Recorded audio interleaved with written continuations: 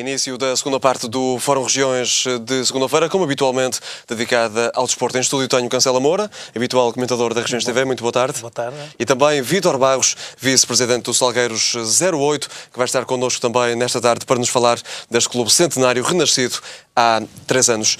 Obrigado também, Vítor Barros, pela presença em estúdio. Cancela Moura, vamos... Muito obrigado. Vamos conversar sobre o fim de semana desportivo. Um fim de semana que não teve campeonato nacional, mas teve Taça de Portugal com muitas incidências. Se olharmos desde logo para a derrota expressiva do Futebol Clube do Porto em Coimbra, perante a Académica por 3-0. Foi um jogo muito mal jogado pelos Dragões. De resto, Vítor Pereira reconheceu isso mesmo. É uma situação em que não víamos há muitos anos os Dragões jogarem tão mal. Pois, parece que é verdade e pelo menos veio este resultado confirmar as piores suspeitas sobre o estado do Futebol Clube Porto. Se até este jogo ainda não tinha estado nada em causa, porque o Futebol Clube Porto estava em primeiro lugar no campeonato, ainda não tinha sido, está numa posição difícil, mas ainda está a lutar pela qualificação na Liga dos Campeões, de facto agora perde com este jogo, perde também a oportunidade de estar, ou de continuar na prova, de que é vencedor há 3 anos consecutivos. 3 anos consecutivos e 4 presenças consecutivas. Aliás, já se faziam alguns projetos de baterem alguns recordes do ponto de vista da competição, mas infelizmente isso não vai ser possível. Aliás, uma nota de registro é que os 2 finalistas foram eliminados, não há clubes da terceira nacional em prova e os clubes da primeira liga estão em minoria daqui para a frente nesta competição. Que é a tal motivação das equipas de escalões inferiores. É natural.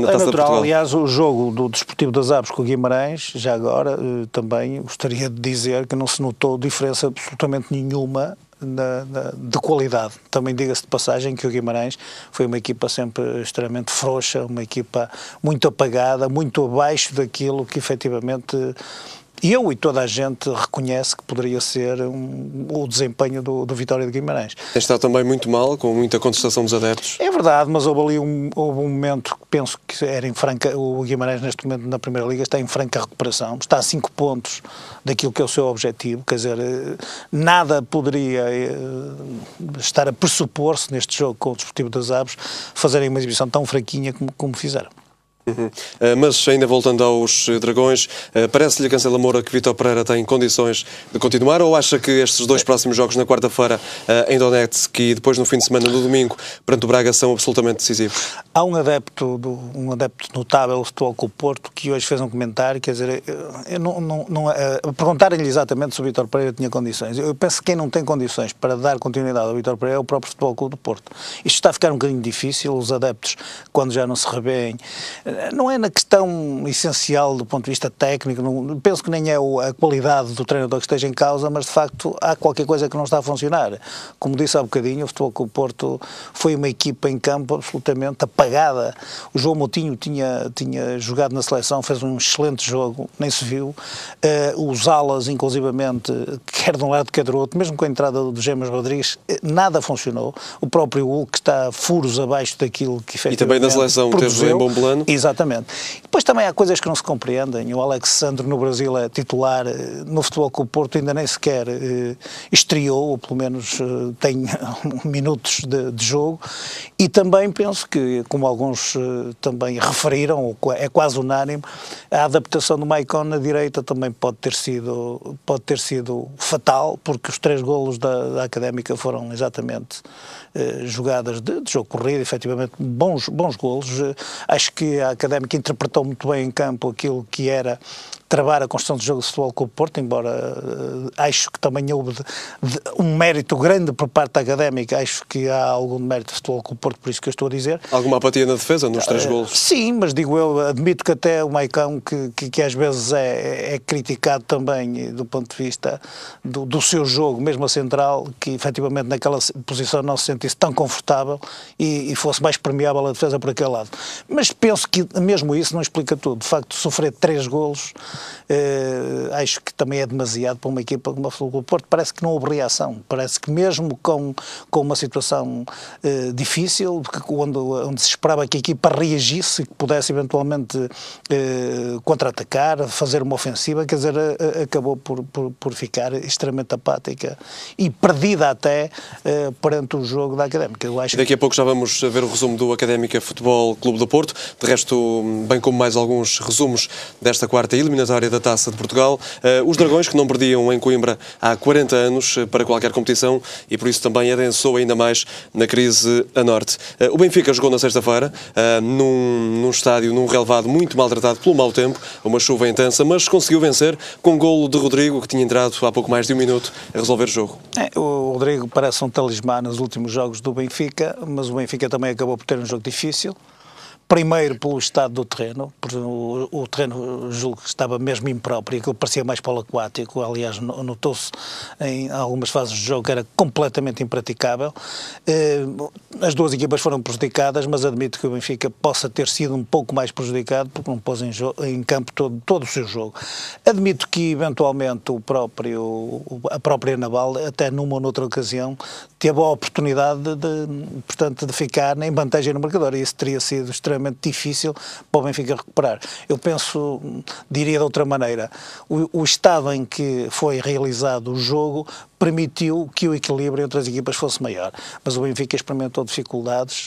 Como digo, esta prova é sempre ou traz sempre muitas dificuldades às equipas principais, porque eu acho que muitas vezes também existe uma certa sobranceria de jogar com equipas de menor valia, muitas vezes até fazem uma gestão de plantel nestas alturas, e o que eu acho que é às vezes uma desconsideração maior pelos seus adversários, e acabam obviamente por ser traídos por isso. Portanto, o Benfica fez um jogo com as suas dificuldades e acabou já muito perto do fim por ser um talismã numa jogada perfeitamente fortuita, mérito do Rodrigo, que estava no lugar certo, tem o faro pelo gol, é um jogador da área, e isto pode ser uma motivação muito grande para o Benfica ganhar ali, como digo, um avançado, ou pelo menos um homem de área que tem uma margem de progressão muito grande para o futuro. Concorrente de Cardoso, muito mais móvel, de características diferentes. Muito mais, mas é verdade. Que oferece algo diferente ao Benfica. Uma alternativa muito maior,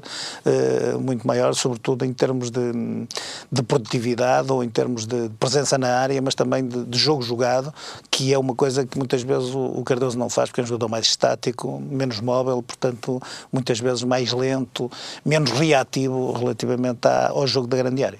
Casela Moura, antes de vermos alguns resumos que temos preparados desta quarta ronda da Taça de Portugal, falemos do jogo grande, que foi ontem em Alvalade, Sporting de Braga, vitória dos Leões por 2-0. O Sporting continua imparável, seja em competição for. Ontem teve algumas dificuldades, é verdade. O Sporting de Braga criou perigo. A arbitragem também foi discutida, mas a equipa do Domingos Paciência está com boa saúde. Eu julgo que sim, mas julgo que o Sporting ontem que jogou... a sorte do jogo foi do Sporting. Julgo que ontem o resultado que melhor se justificaria seria a diferença mínima. O Sporting teve a sorte do jogo porque marcou 2 golos completamente fortuitos. Então o gol do Insua é uma imagem característica. É um ressalto de uma bola, exatamente, que deu golo.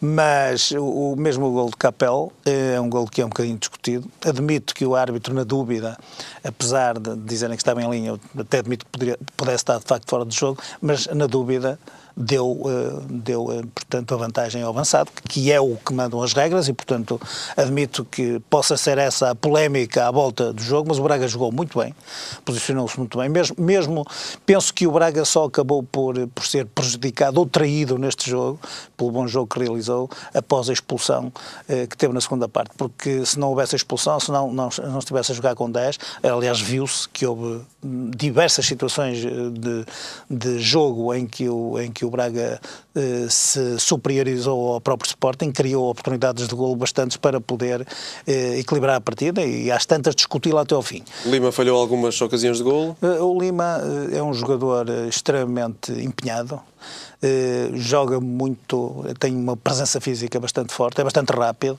mas eu julgo que ele é muito mal muitas vezes as próprias jogadas, porque ele próprio ganha vantagem, muitas vezes até se percebe que já haverá uma vantagem do avançado e depois o último último passe dele acaba por, muitas vezes, trair toda a construção do jogo, do ataque do próprio Braga. Às vezes até se precipita no remate, e ontem viu-se algumas dessas situações, mas eu julgo que o Braga, se não tivesse a expulsão na segunda parte, penso que teria todas as condições para ter discutido a eliminatória. Portanto, fica a imagem do Sporting ter conseguido aquilo que pretendia, que era uma vitória, vai com uma moral em alta jogar ao Estádio da Luz agora no próximo jogo da Liga, mas também fica uma belíssima imagem do Braga, que mesmo tendo perdido com o Sporting, realizou um excelente jogo e também na próxima jornada, que é outro atrativo, virá ao Dragão penso eu, com todas as condições para discutir o resultado. E assiste-se a uma comunhão entre os adeptos do Sporting e a equipa, como já não se via há muitos anos. Também é verdade e, portanto, confirma-se em pleno tudo o que eu disse quando o Sporting estava a 7 ou 9 pontos primeiros jogos da temporada. Dos primeiros jogos, que foi o Sporting, o Domingos Paciência não tinha que provar nada a ninguém, teria que dar tempo, ter-se-ia que dar tempo para ele construir uma equipa, e pese embora ali no centro da defesa ainda existam algumas dúvidas, alguns problemas para ele resolver, do ponto de vista até das suas próprias opções de ordem pessoal, penso que ele neste momento tem uma equipa estabilizada, um plantel onde pode gerir com alternativa os próprios lugares dentro do campo, e penso que ele tem todas as condições para discutir os títulos, como há muito não conseguia o Sporting nestes últimos anos. Vamos então visionar alguns resumos desta quarta eliminatória da Taça de Portugal. Começamos pelo resumo de Coimbra. Académica a vencer o Futebol Clube do Porto por 3-0. Resultado inesperado por todos os motivos, desde logo pela grandeza de ambos os clubes, mas também porque os Dragões tinham vencido as últimas 3 edições da Taça de Portugal e foram, como há pouco o Cancela Moura referiu, a finalista nas últimas 4. Vemos então imagens do jogo que teve lugar no sábado em Coimbra, em que Vítor Pereira foi outra vez muito contestado. Uma nota de registro é que o Futebol Clube do Porto não teve sequer um remate no primeiro tempo, algo que, se não é inédito, é pelo menos muito raro de acontecer na equipa azul e branca. Há pouco víamos Fernando a fazer o primeiro remate do jogo apenas aos 51 minutos. Foi o primeiro remate do jogo e por um médio defensivo da equipa de Vítor Pereira. Hulk tentou, mas não conseguiu nunca desfeitear o guardião Ricardo. Ainda houve um golo anulado a James, mas por fora de jogo do colombiano. Aqui é o primeiro golo da Académica por Marinho, aos 64 minutos, a aproveitar o cruzamento de Hélder Cabral e também a apatia, como há pouco também dizíamos, de Maicon e dos defesas centrais do Futebol Clube do Porto, rolando desde logo com um erro clamoroso a permitir o primeiro golo da Académica.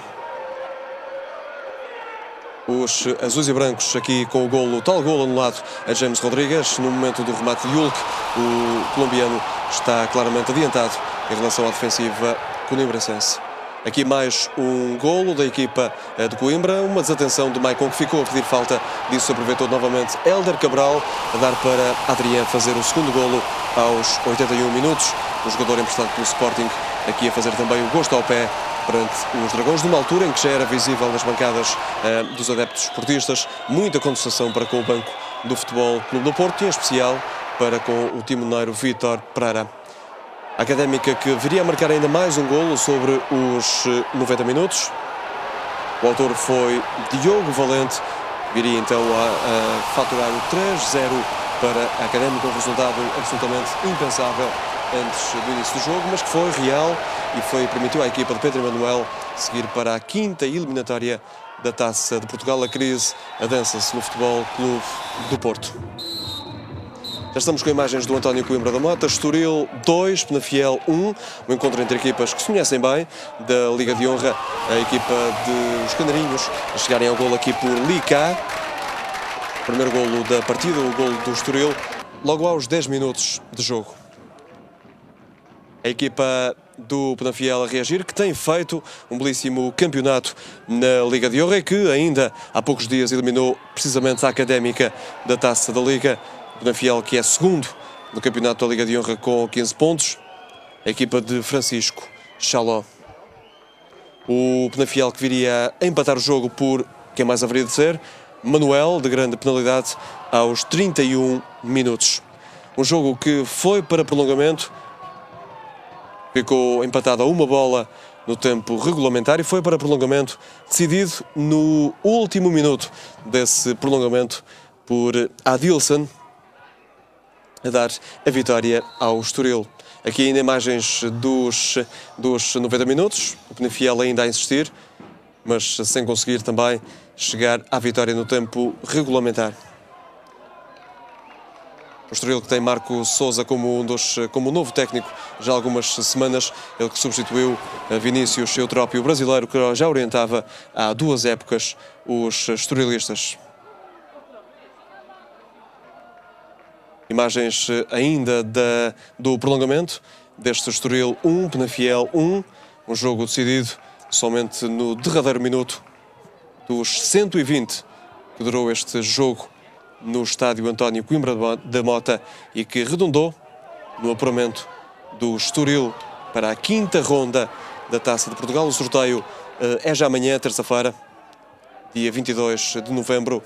Um sorteio que já não vai contar com o Futebol Clube do Porto, por entre outras surpresas, entre as quais o Vitória de Guimarães. O Estoril que tem feito também uma recuperação interessante no campeonato da Liga de Honra e que chegou ao golo, como disse, por Adilson aos 121 minutos. O brasileiro dar a vitória ao Estoril com uma grande festa, pois claro, festa da qualificação para a 5ª ronda do Estoril, já com alguns segundos para lá dos 120. Vemos já imagens de Matosinhos, Leixões, que bateu o Santa Maria por 1-0 a equipa da 3ª Divisão. Era um dos resistentes da 3ª Divisão nesta ronda e veio a Matosinhos perder apenas por 1-0. Golo dos leixonenses a ser apontado sobre o intervalo por Luís Silva. Um jogo de resto bem jogado entre estas 2 equipas. Leixões Satelitos, que tem feito também um bom campeonato, um campeonato interessante na Liga de Honra. Luís Silva, que viria a ser o autor do golo da equipa de Leixões, ao minuto 44, mas como vemos, o Santa Maria também a dar boa réplica e a atenuar as diferenças que existem, e são muitas, entre estas 2 formações. Aqui vemos o golo de Luís Silva, bem perto do intervalo, a dar a vitória, aquele que seria o resultado final deste Leixões Santa Maria. Leixões também é um dos históricos nesta competição e que quererá também esta temporada fazer história na 2ª competição mais importante do nosso futebol, a prova rainha do futebol português.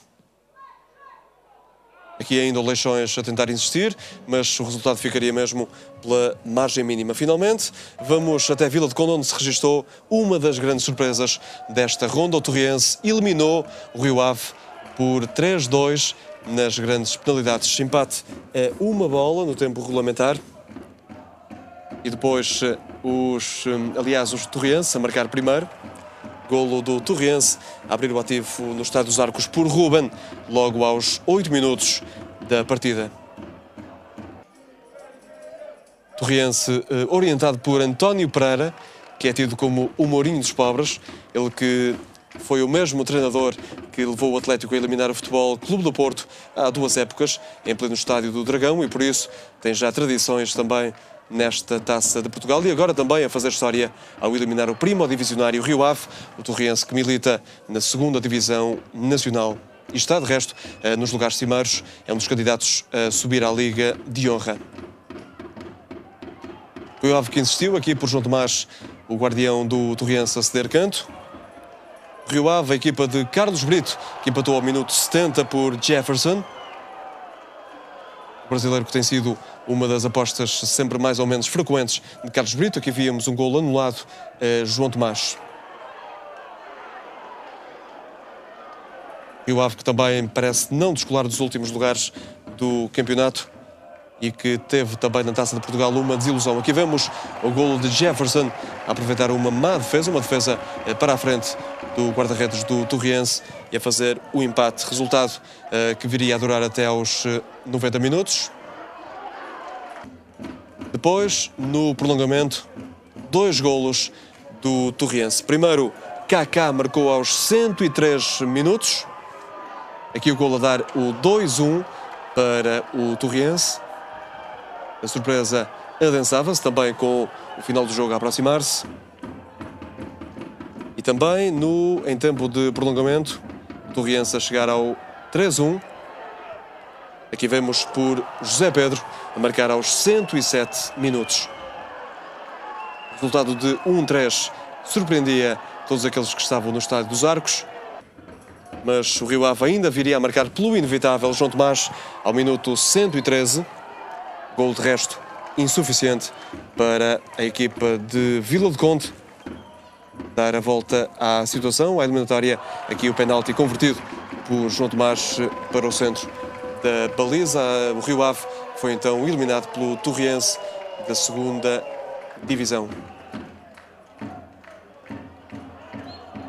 Torriense que também há umas épocas eliminou o Futebol Clube do Porto, ainda no Estádio das Antas, quando Fernando Santos era o técnico dos Dragões.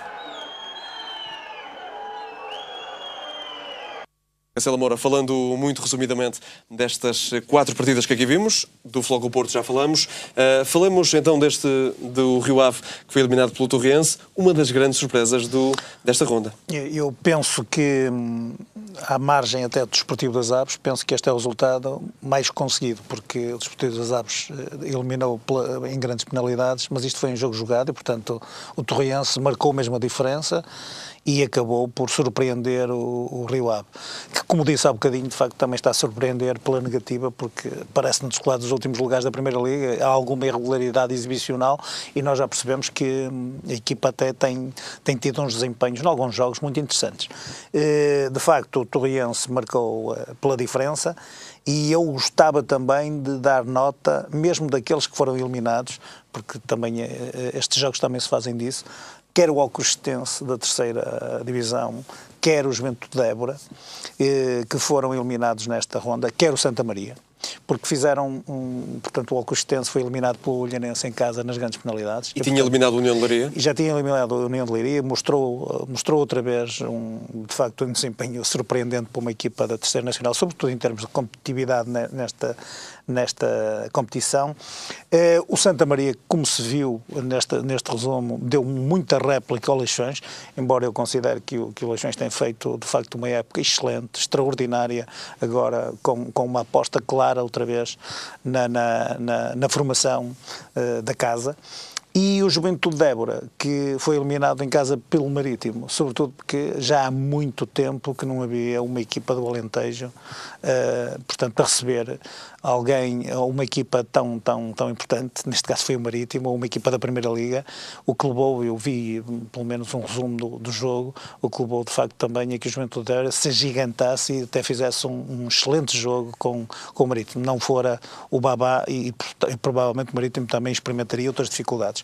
Portanto, e ali também o jogo equilibrado entre o Estoril e Penafiel já se previa. Mas aí também já se previa, porque são equipas de facto que se conhecem muito bem, são equipas que estão sempre para cima do meio da tabela da 2ª Liga, já foram à 1ª Divisão várias vezes e, portanto, acho que foi um resultado que poderia pender para qualquer dos lados. Cancelo Moura, antes de virarmos a página para o capítulo Salgueiros 08, queria ouvir a sua opinião também acerca da Seleção Nacional, da vitória por 6-2 sobre a Bósnia, um jogo inesquecível, com grandes golos. Penso que todos os jogadores estiveram em excelente plano. Aquela polémica com o Bozinho, Ricardo Carvalho voltou à tona poucos dias depois deste jogo. Foi pedido muito, até por jogadores como Ronaldo, Paulo Bento, que reconsiderasse e que, pelo menos, que Ricardo Carvalho pudesse regressar à seleção. Paulo Bento mostrou-se indefetível defensor das ideias. Isso não vai ser possível. Disse mesmo que esses 2 jogadores vão estar no Europeu apenas como espectadores.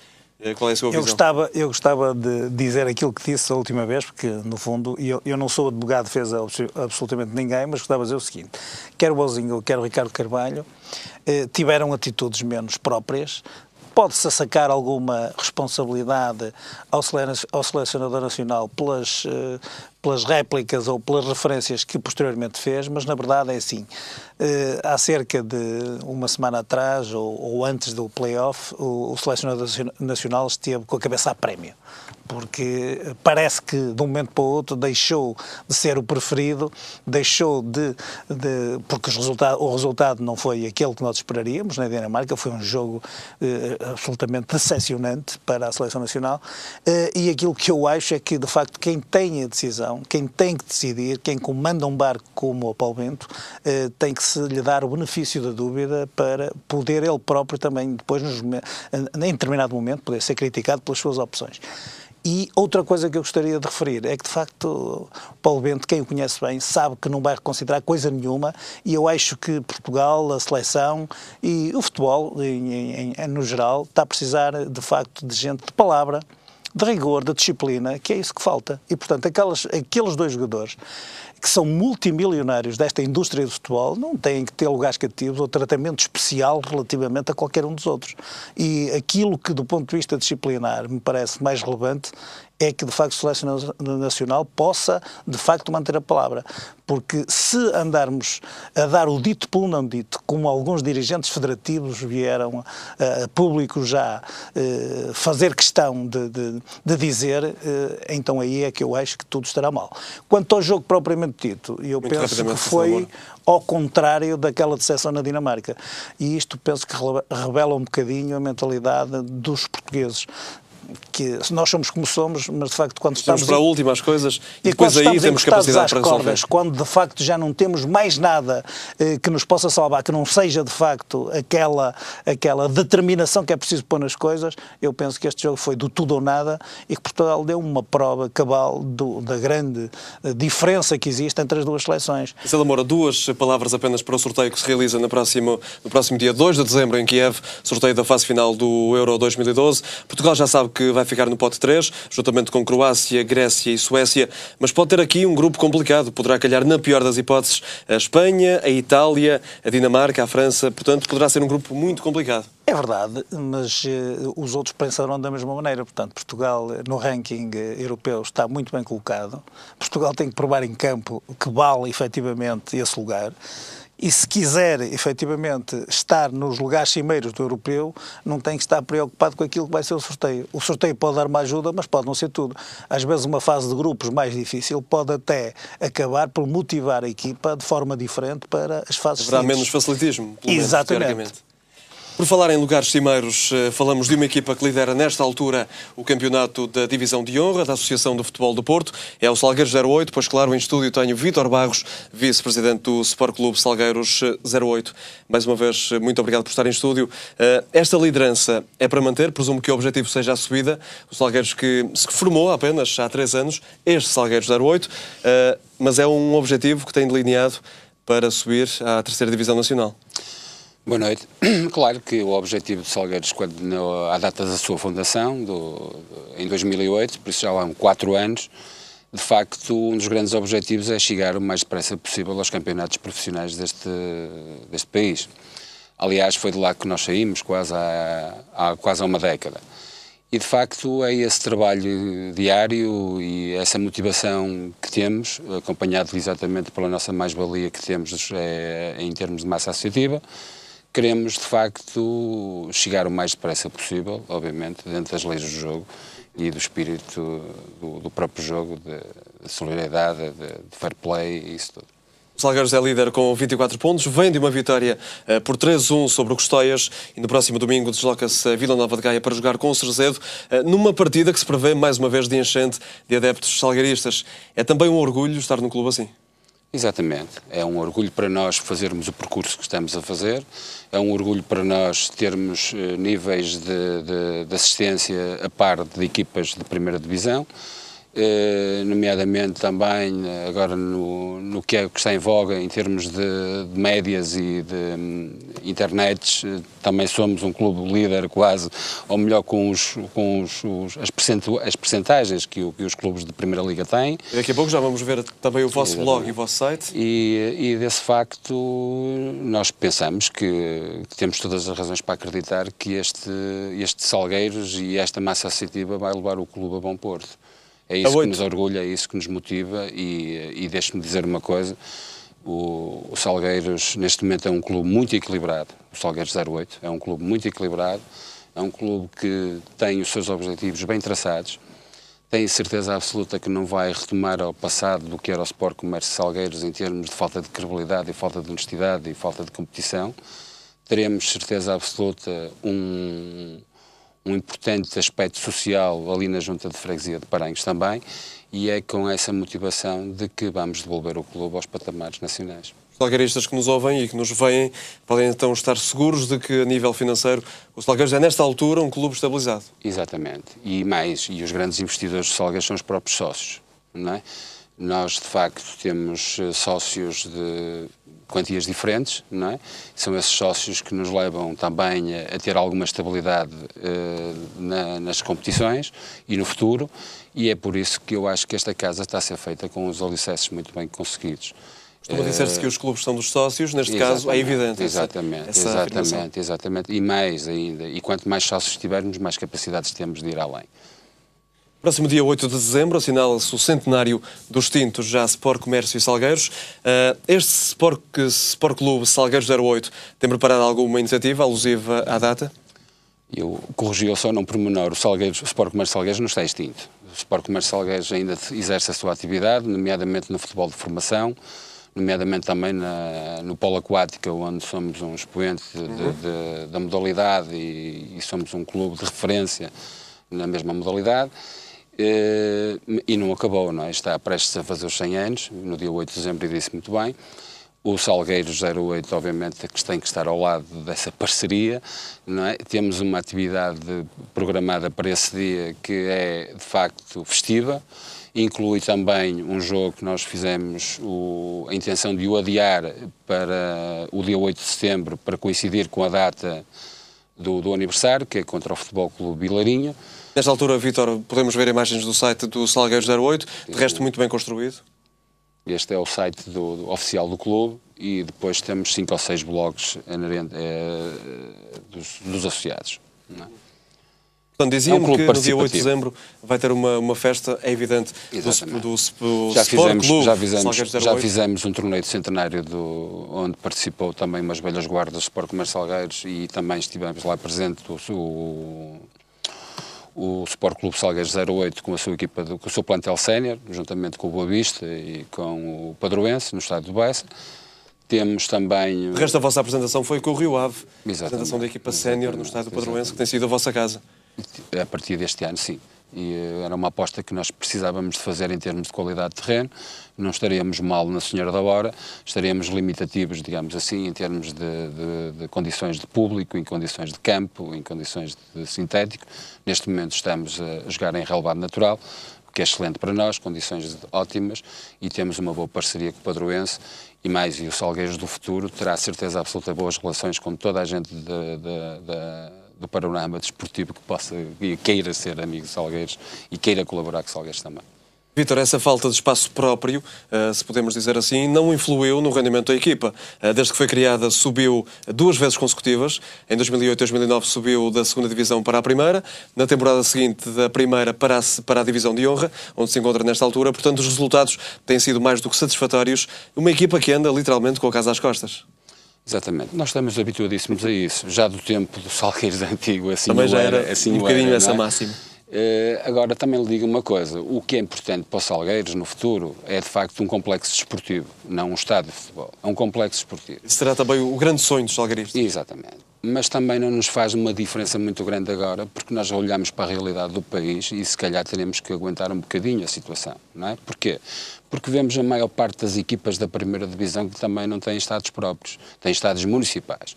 E nós, na cidade do Porto, como sabe, não temos nenhum estádio municipal, temos um pavilhão municipal que é o Rosa Mota, mas que tem demasiados eventos não desportivos para que a gente também consiga desportivamente contar com ele. Eu não lembro que o Salgueiros tem futsal também, handball, não é? Aliás, nós fomos um dos primeiros campeões nacionais de handball, não é? E com essa quantidade de modalidades, de facto, precisamos de um complexo desportivo, não é? Até porque não devo estar muito longe da realidade se disser de que o Salgueiros, por exemplo, em termos da Associação de Futebol do Porto, será aquele clube que no Distrito do Porto terá mais inscritos em termos de atletas jovens a jogar. Imagino o que é em termos de logística isto tudo e em termos financeiros também. Vítor Barros, quando a equipa sénior profissional do Sport Comércio de Salgueiros foi extinta, era urgente voltar à carga, por assim dizer, com uma equipa renovada. Sentiu essa necessidade nos últimos anos? Era imperioso voltar à atividade o Salgueiros, com outra designação, agora Sport Clube Salgueiros 08? Isto é extremamente curioso. Porquê? Porque nós entendemos que tínhamos que romper com o passado, não é? Eu, de facto, juntamente com alguns sócios que na altura estiveram comigo, organizámos um movimento de sócios e conseguimos, de certa forma, mudar o rumo aos acontecimentos daquilo que Salgueiros era naquele presente, não é? E então é curioso porque nós fomos nós que desistimos.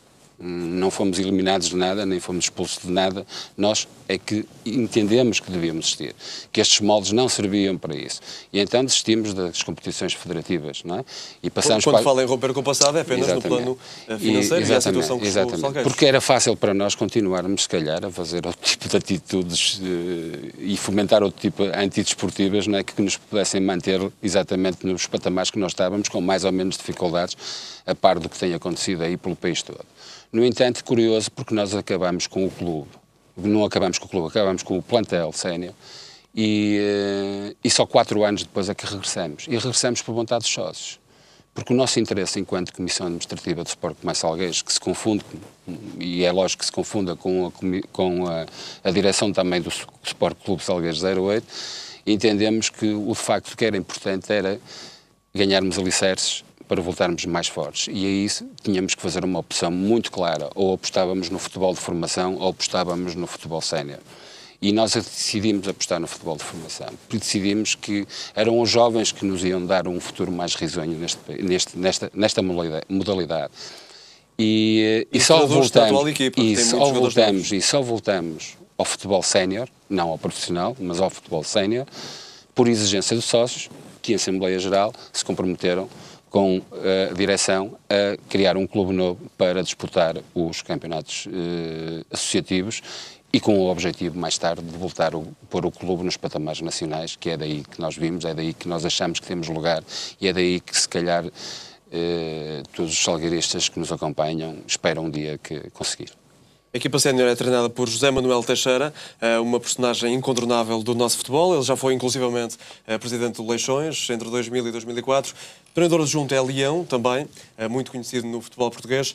Esta dupla tem tido, aliás, uma dupla que já é a segunda época consecutiva, a questão dos Salgueiros, estou correto? Sim, sim. Portanto, é com esta liderança técnica que esperam subir à terceira divisão. Exatamente, mas não podemos esquecer também o nosso grande central Pedro Reis, que comandou a equipa nos primeiros tempos. Outro grande central que nós tivemos, o Renato, que também teve uma passagem como treinador do Salgueiros. E esta aposta no Mr. José Manuel Teixeira e no Leão é de facto uma aposta que a gente entende que é pela qualidade e pela experiência e pela formação, pela preocupação também da formação de um bom treino, de uma boa organização, de que nós vamos tentar chegar lá em cima. O caso do Leão, independentemente de ser um treinador de qualidade, é uma referência do Salgueiros. E o Salgueiros no futuro terá sempre esta atenção com as suas referências. Nós somos uma família, não somos grandes, não somos ricos, mas somos reconhecidos. E sabemos que, de facto, o Salgueiros terá que se apresentar no futuro desta forma, reconhecendo as pessoas que nos valorizaram em tempos. Este crescimento do Salgueiros 08, ou o reaparecimento do Salgueiros agora renovado, tem de ser feito com base numa passagem de testemunho de personalidades históricas ligadas ao Clube de Paranhos? Só assim é que o Salgueiros tem mais sustentabilidade para crescer? Ou poderia ser feito também com pessoas exteriores, que não tivessem qualquer passado em relação com o Salgueiros? O clube tem características muito específicas de bairrismo aclarado, não é? E, de facto, aquela casa hoje em dia é uma casa aberta, é uma casa que qualquer pessoa pode entrar lá dentro, qualquer pessoa pode dar a sua ajuda, o seu contributo. Eu não estou a falar em termos financeiros, porque acabou os mecenas no Salgueiros, ou se tem capacidade ou não se tem capacidade, ninguém vai ao bolso buscar nada de qualquer que seja, é tudo rentabilizado. Se houver a hipótese de nós conseguirmos manter esta estratégia, é com essa que nós vamos tentar chegar lá em cima. E mais, e digo-lhes que, de facto, olhando para a cidade, nota-se que, de facto, existe aqui um espaço sociodesportivo que permite ao Salgueiros sonhar em, se calhar, ocupar uma posição mais forte do que tem neste momento na cidade. A vossa equipa, como há pouco eu referia, é constituída por jogadores experientes, mas também muitos da formação, outros que não vieram da formação, mas muito novos em idade. É para vocês também complicado segurá-los? Certamente que têm tido abordagens de outros clubes, ou vão tendo ao longo das épocas.